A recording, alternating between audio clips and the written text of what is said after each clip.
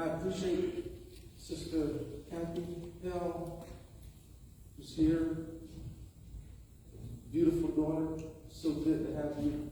And the kids, everybody. Leo, Miss Kathy. Man, Brett, it's been a long time. It feels like forever that you guys have been, but I know you've had obligations. He's a Marine, so when the Marines call, he has to go. And we appreciate him. And Norma, Alfonso, stay off the roof. He was on the roof, and he told me a long time he was on there. Almost hurt his back. You know, you'll be amazed at what you're doing. When you're on that roof, it takes all of your faculties to pay attention. You don't realize how much you... And then I saw my dad yesterday. He was just working away on that 0 time. So, in any case, we're glad to have you. We're glad to have Ethan in the back. Mic check, mic check. Look at him. He's on it already. I think we're going to hire you. You're going to have to move from Texas and come on over. You're doing such a great job. But we're going to continue our series. We've had a series going, and so we want to continue it. So we'll kick it off in Luke 15, verse 11 to 24. Go ahead, sir, please. Vamos a continuar nuestra serie y vamos a empezar en el libro de Lucas, capítulo 15, versículo 11. Read. And it reads, y dijo. If you can use it from there and just read through it. Don't wait for the screen. Okay, yes. Y dijo, un hombre tenía 2 hijos. Y el menor de ellos dijo a su padre, Padre, dame la parte de los bienes que me pertenecen. Y él les repartió sus bienes. Y no muchos días después, juntándolo todo el hijo menor, partió lejos a una provincia apartada. Y allí desperdició sus bienes, viviendo perdidamente. Y cuando todo lo hubo malgastado, vino una gran hambre en aquella provincia y comenzó a faltarle.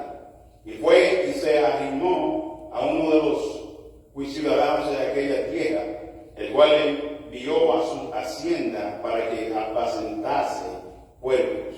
Deseaba llenar su vientre de los algarrobas que comían los puercos, mas nadie le daba. Y volviendo en sí dijo, ¿cuántos jornaleros en casa de mi padre tienen abundancia de pan? Y yo aquí perezco de hambre. Me levantaré y iré a mi padre y le diré, Padre, he pecado contra el cielo y contra ti. Ya no soy digno de ser llamado tu hijo. Hazme como a uno de tus jornaleros. Y levantándose vino a su padre, y cuando aún estaba lejos, su padre le vio, y fue movido a misericordia, y corrió, y se echó sobre su cuello, y le besó. Y el hijo le dijo, Padre, he pecado contra el cielo y contra ti, y ya no soy digno de ser llamado tu hijo. Pero el padre dijo a sus siervos, traedle la mejor vestidura y vestirle, y poner un anillo en su mano y calzado en sus pies, y traer el becerro grueso y matarlo. Y comamos y hagamos fiesta, porque mi hijo muerto era y ha revivido. Se había perdido y es hallado. Y comenzaron a regocijarse. And he said, a certain man had 2 sons, and the younger of them said to his father, Father, give me the portions of goods that fall to me. And he divided unto them his living. And not many days after, the young son gathered all together and took his journey into a far country. And there wasted his substance with riotous living. When he had spent all, there arose a mighty famine in that land, and he began to be in want. And he went and joined himself to a citizen of that country, and he sent him into his fields to feed swine. And he would fain have filled his belly with the husk that the swine did eat, and no man gave unto him. And when he came to himself, he said, How many hired servants of my father have bread enough and to spare, and I perish with hunger?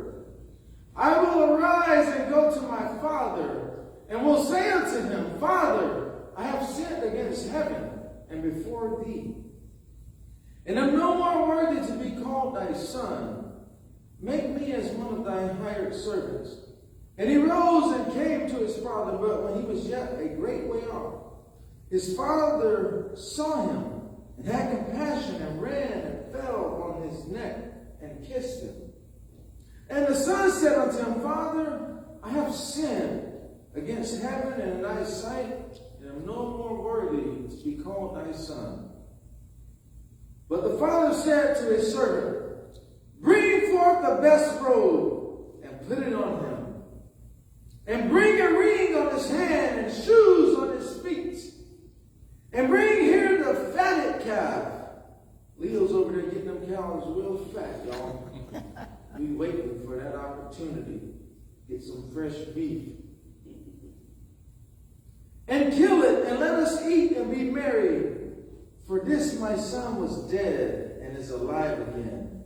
He was lost and is found. And they began to be merry. And I want to preach to you on a series we've been covering real briefly. Don't let me forget. Don't let me forget. Remember. Don't let me forget. Remember. Predicando una serie.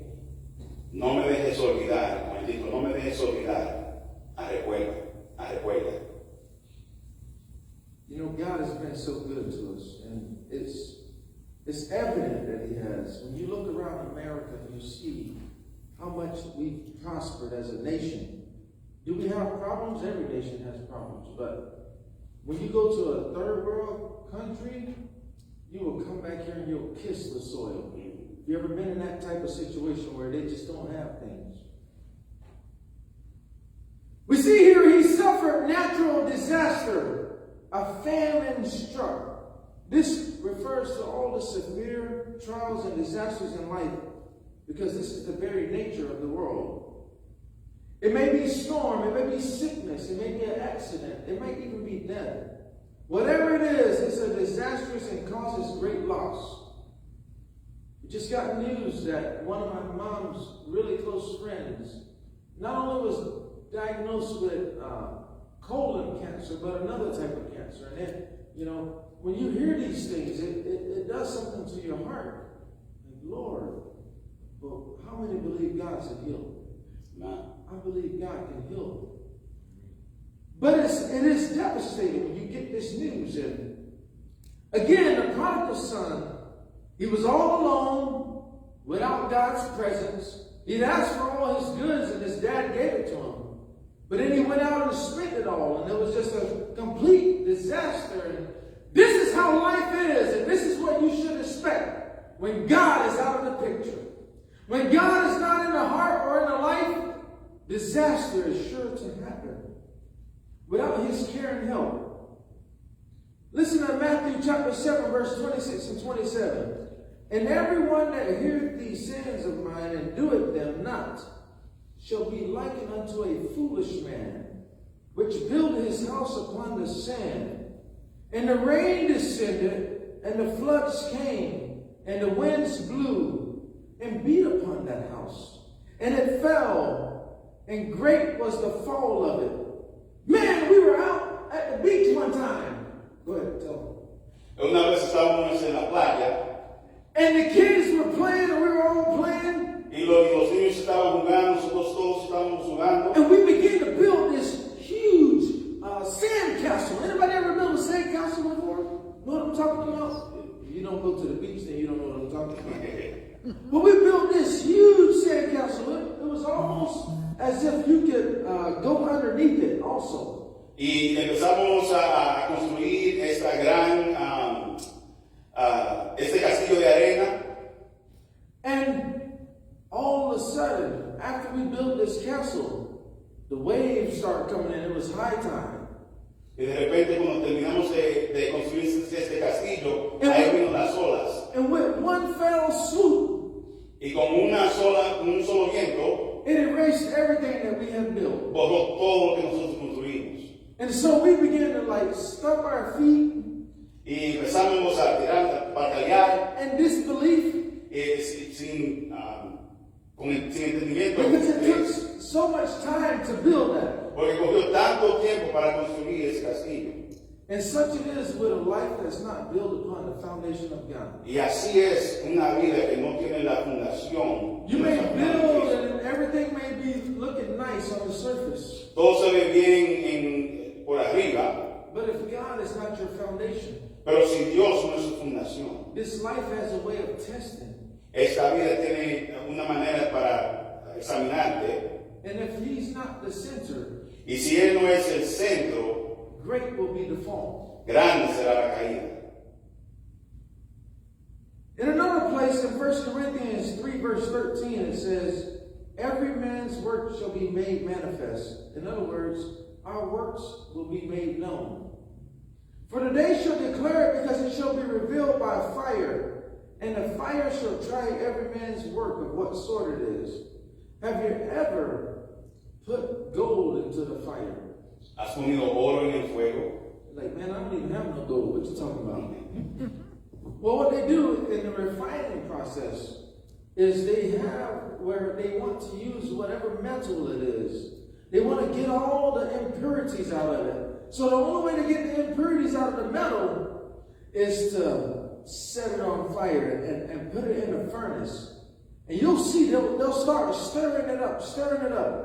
Oh yeah, in our life sometimes we go through a lot of trials and situations where we feel like we're in the fire. Anybody ever felt like, God, I can't take no more anymore and I'm just going to explode? But what God is doing is He's refining our lives. And He's taking all that dross or the stuff that floats to the top. It's blackened, it's no good, and they just wipe it away. And they keep on stirring. What are they doing? They're looking for that precious metal. You know, one day our works are going to be tried, where we literally it's going to come before us. And if it's grass, what happens to grass when it's in a fire? Just burns up. Whatever it is, God, I want to be more like you. And the only way I'm going to be more like you, I want you to burn up every trace of sin out of my life. I want you to burn up those things that just hold me back from having that relationship with you, that perfect relationship. You see, sin is something that separates. That's what happened in the garden when Adam was there. There was a separation. The son was separated from his father. Not because the father decided to leave the son, but the son decided to leave the father. Did you know that God has the whole world in His hands? And He literally upholds us? But we're also, and this is the beautiful thing, He made us free moral agents. He's made us to where we can make our own decisions. El Señor nos ha dado la habilidad para hacer nuestras propias decisiones. So we have to decide. God puts us in the vehicle of our life, and He gives us a brake pedal and a gas pedal. El Señor nos da la habilidad para parar y seguir. But you got to know when to press the brakes and when to press the gas. Y tú tienes que hacer la decisión o saber cuándo dar al gas o dar al freno. I see that red light, but guess what? You only live once. YOLO, here we go. Sorry, I got distracted. Y a veces, y tienes que saber cuándo ir y parar. You ever have that still small voice telling you, hey, don't do that. Don't go there. Okay? Don't do that. Don't go there. It's that type of voice. God is speaking to us. And you know, when God speaks, we have to be willing to listen. We got to be willing to open up and say, Lord, whatever you want, that's what I'm going to do.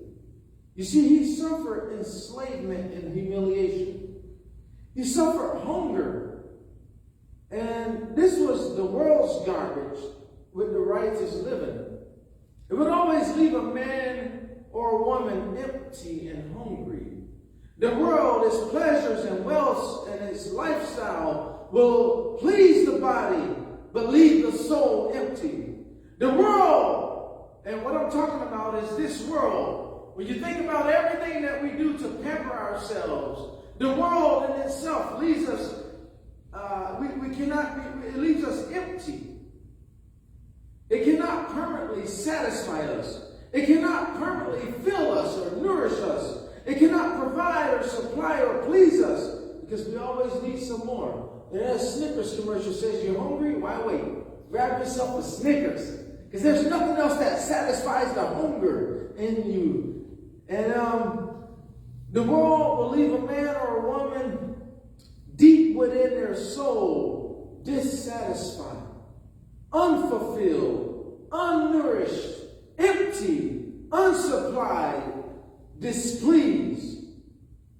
In contrast, only the man or woman that hungers and thirsts after the righteousness of God will be filled. You see, when you got a burden in your soul and in your heart that, Lord, I just want to please you. I just want to do what you would have me to do. That's when you'll get filled. That's when he'll fill you. It's like that donut with the hole in the middle. You know, you got that cream, coconut cream, lemon meringue. I just heard that somebody liked key lime pie. First time they've had it. But, you know, I'm telling you, that is awesome stuff. If you never had that before, you need to try it. But could you imagine a life without Jesus? It's like that hole in that donut. It doesn't know what it's missing.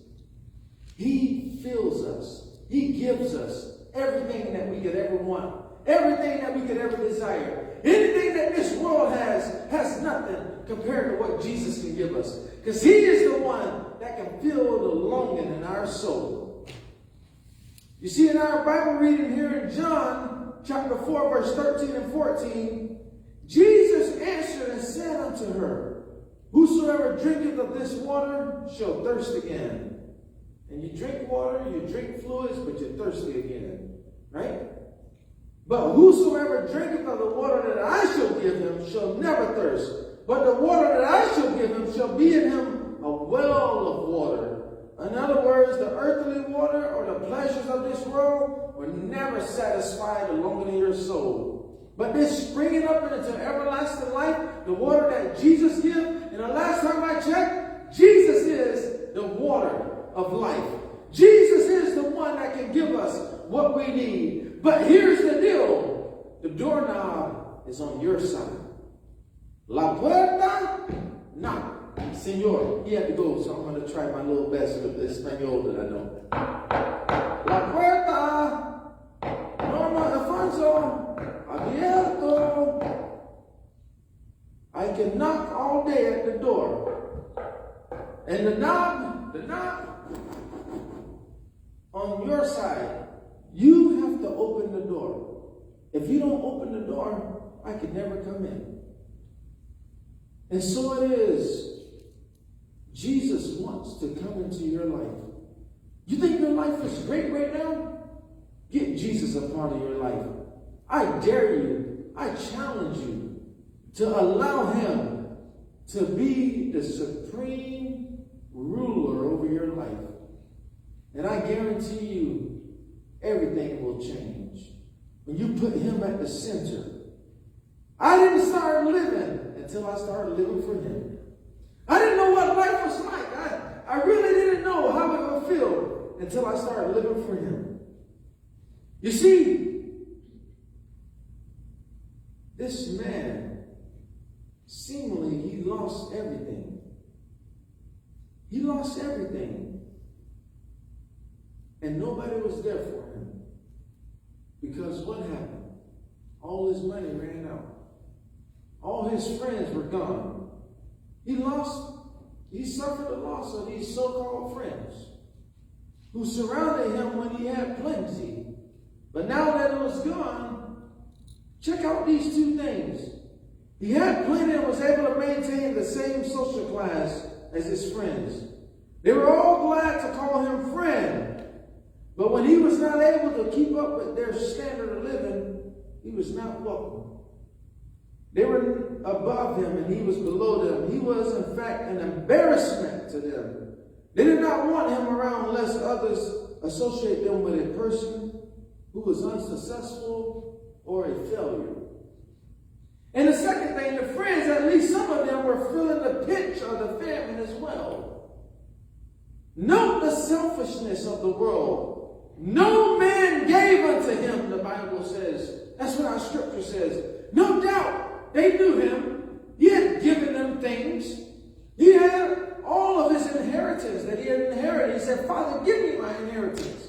And no doubt he spent and he patronized these different places. But when he was in need, nobody cared about him. Sounds just like the world. How like the vast majority of people today, and so many have so much that could be given, yet they would not. And as we begin this altar call, time of altar call, and she needs to know that it's altar call. Yes. I know this is really quick, but that's okay. God knows what he's doing. You know, you don't need a bunch of words. You just need God's Spirit to move. Our Bible in Micah tells us, trust ye not in a friend, put ye not confidence in a guide. I want to tell you about a friend that is stick closer than a brother, and his name is Jesus. He's a friend that you can call upon. Tell him in Spanish. He's a friend you can call upon. Él es un amigo a quien nosotros podemos llamar. And he'll be there. Y él estará ahí. There's certain people that you can call. Hay ciertas personas que tú puedes llamar at 3 o'clock in the morning. A las 3 de la mañana. And they're not answering the phone. Y no pueden recoger el teléfono. Their phone is on Do Not Disturb. Sus teléfonos están apagados. But I'm telling you today, Pero te estoy diciendo hoy, you can call on Jesus at any time. puedes llamar a Jesús a cualquier tiempo. And he's going to be there for you. Y él estará ahí para ti. How do I know this? ¿Cómo yo sé eso? Because I've tried it for myself. Porque yo lo he probado. There was a time when I needed to call upon God. Había tiempo que necesitaba llamar a And I needed his help. Necesitaba su ayuda. And I couldn't call mama. Y no pude llamar a mi I mamá. couldn't call daddy. No pude llamar a mi I mamá. couldn't call my best friend. No pude llamar a mi mejor amigo. But I called upon him. Pero llamé a Cristo. And he answered me. Y él me respondió. He answered me. Él me respondió a mí. I said, Lord, Dije, Dios, Señor, come into my life. entra en mi vida. I'm a sinner. Soy pecador. I want to be saved. Necesito ser I salvado. want to know what it's like Quiero saber cómo es to have a relationship with tener you. una relación contigo. And I'm tired of playing games with you. Y estoy cansado de jugar And I mean business with you. y estoy serio And it contigo. was at that moment En ese momento that God came into my life. que Cristo entró en And mi I vida. felt something that I never felt before. Y sentí algo que nunca he sentido antes. I felt such a peace Sentí una gran paz that passed all understanding. que pasó todo entendimiento. I wish to God sometimes, I tell people this, Ojalá que yo, that I could take what I have on the inside que yo podía coger lo que tengo adentro and just give it to you for about 5 y seconds. se lo puedo dar por 5 segundos. And then take it back Y después agarrarlo para atrás and let you experience what it's like para que puedas experienciar cómo to es really have a relationship with God. de realmente tener una And I relación. challenge you today, if you don't have that relationship, Y si no tienes esa if you relación, don't have that feeling, what I feel, y si no tienes ese sentido que yo tengo, I invite you to these altars. te invito a hacer este altar. I invite you to these Te altars invito a hacer estos altares to experience para experienciar the love of Almighty God. el amor de Dios. And when you walk away from these altars, Y cuando ya te vayas a esos altares, you'll forever be changed. no vas a estar como llegaste. You see, when you get desperate Luego cuando te estás desesperado and when you get hungry, y tienes hambre you get to the place that you will not be denied, y llegas al punto que no vas a coger no como una respuesta, you'll do whatever it takes. vas a hacer lo que quieras, lo que sea. You will make up your mind. Te vas a poner tu mente I got to get what God has for me. en que yo voy a recibir lo que Dios tiene para mí. And I don't care what anybody else says or thinks. Y no me importa lo que otros digan. This is the kind of faith that God is looking for. Esa es la fe del Señor. Down here right now, Aquí mismo, this is the faith zone. aquí es el sono de fe. So when you walk to these altars, So, cuando vienes a esos God has lugares, dealt with your heart. el Señor ha tocado tu corazón. You come down here with this faith, Ven aquí con esa fe. and God's going to bless you. El Señor te bendice. I didn't say it was going to be easy. No dije que iba a ser fácil, but I said He's going to be with you pero dije que Él va a estar contigo all the way, hasta el fin, even to the end of the earth. aún hasta el final de ese mundo. Father, I've endeavored to preach what you've laid on my heart. There's plenty here, but at this time, it's just essential that your people come to you. So I want to move out of the way, shut up. I'm your vessel, and I just want to be used for your glory. But there are souls here right now that are on the brink of eternity, making decisions, life decisions that will forever change their life. I have preached what you've wanted me to preach, Lord. And so my hands are clean. But those who are here have to make that decision. Because you don't save us like a bunch of bananas, but individually. Lord, move by your Spirit. Do that part which we cannot do. Save, deliver, heal, transform, renew, restore. Thank you now. Put the boldness in their heart.